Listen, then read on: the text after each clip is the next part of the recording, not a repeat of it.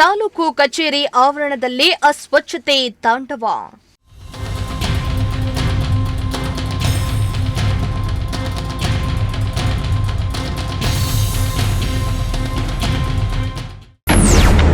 ನಿರ್ವಹಣೆ ಇಲ್ಲದೆ ಗಬ್ಬೆದ್ದು ನಾರುತ್ತಿವೆ ಶೌಚಾಲಯಗಳು.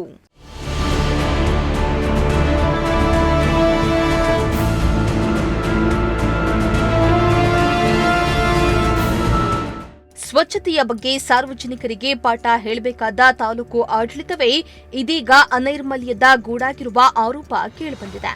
ಎಲ್ಲಿ ನೋಡಿದ್ರೂ ಕಸ, ದುರ್ವಾಸನೆ, ಗಬ್ಬೆದ್ದು ನಾರ್ತಾ ಇರುವ ಶೌಚಾಲಯಗಳು.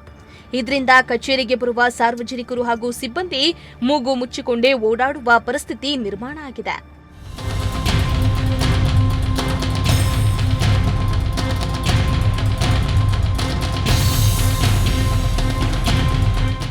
ಹೌದು, ಚಿಕ್ಕಬಳ್ಳಾಪುರ ಜಿಲ್ಲೆಯ ಶಿಡ್ಲಘಟ್ಟ ತಾಲೂಕು ಕಚೇರಿಗೆ ಪ್ರತಿನಿತ್ಯ ನೂರಾರು ಜನರು ಕೆಲಸಕ್ಕಾಗಿ ಬರ್ತಾರೆ.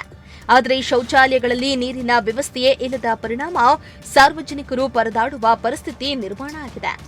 ಅಲ್ಲದೆ ಕಚೇರಿಯಲ್ಲಿರುವ ಶೌಚಾಲಯಗಳು ಸ್ವಚ್ಛತೆ ಇಲ್ಲದೆ ಗಬ್ಬೆದ್ದು ನಾರ್ತಾ ಇದ್ದು, ಕೈ ತೊಳೆಯಲು ಅಳವಡಿಸಿರುವ ಸಿಂಕುಗಳು ಕೂಡ ಕಸದಿಂದ ತುಂಬಿ ತುಳುಕ್ತಾ ಇದೆ. ಇನ್ನು ತಹಸೀಲ್ದಾರರ ಕಚೇರಿಯಲ್ಲಿಯೇ ಇಂತಹ ಪರಿಸ್ಥಿತಿ ಇದ್ರೆ ಉಳಿದ ಸರ್ಕಾರಿ ಕಚೇರಿಗಳ ಸ್ಥಿತಿ ಹೇಗಿರಬಹುದು ಎಂಬ ಪ್ರಶ್ನೆ ಸಾರ್ವಜನಿಕರಲ್ಲಿ ಮೂಡಿದೆ.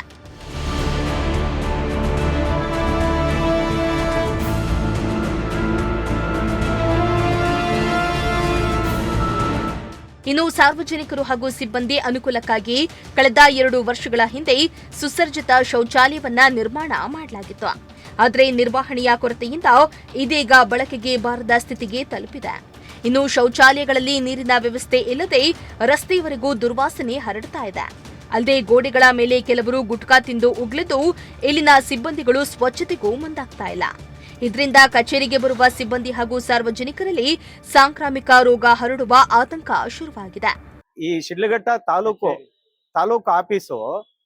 ಆಫೀಸಲ್ಲಿ ಏನು ಮೊದಲಿಂದನೂ ಏನಾದ್ರೂ ಯಾರಾದ್ರೂ ರೈಸಸ್ ಇದಕ್ಕೆ ಹೋಗ್ಬೇಕು ಅಂದ್ರೆ ಹೊರಗಡೆ ಹೋಗ್ಬೇಕಾಯ್ತು, ಇಲ್ಲಿ ಇರಲಿಲ್ಲ.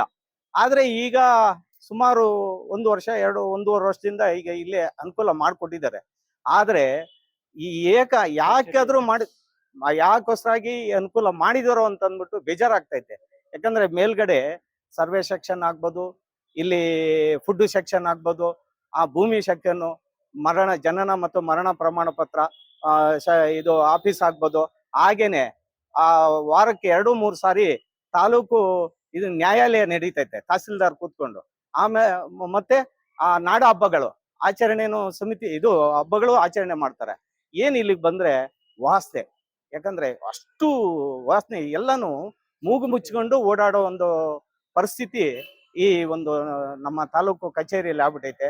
ಇದನ್ನ ಸಂಬಂಧಪಟ್ಟಂತ ಏನು ತಹಸೀಲ್ದಾರ್, ಯಾಕಂದ್ರೆ ಅವರೇ ಒಂದು ಈ ಇದಕ್ಕ ಯಜಮಾನರಾಗಿರೋದ್ರಿಂದ, ಉನ್ನತ ಅಧಿಕಾರಿಗಳು ಆಗಿರೋದ್ರಿಂದ ಅದಕ್ಕ ಕೂಡ್ಲೆ ಅದನ್ನ ನೀವು ಸ್ವಚ್ಛತೆ ಬಗ್ಗೆ ಅದನ್ನ ಗಮನ ಹರಿಸಿ. ಯಾಕಂದ್ರೆ ಸ್ವಚ್ಛತೆ ಎಲ್ಲಾ ಕಡೆ ಅಲ್ಲ, ಅವರು ಇರುವಂತ ಜಾಗ ಸ್ವಚ್ಛತವಾಗಿ ಇರಬೇಕು.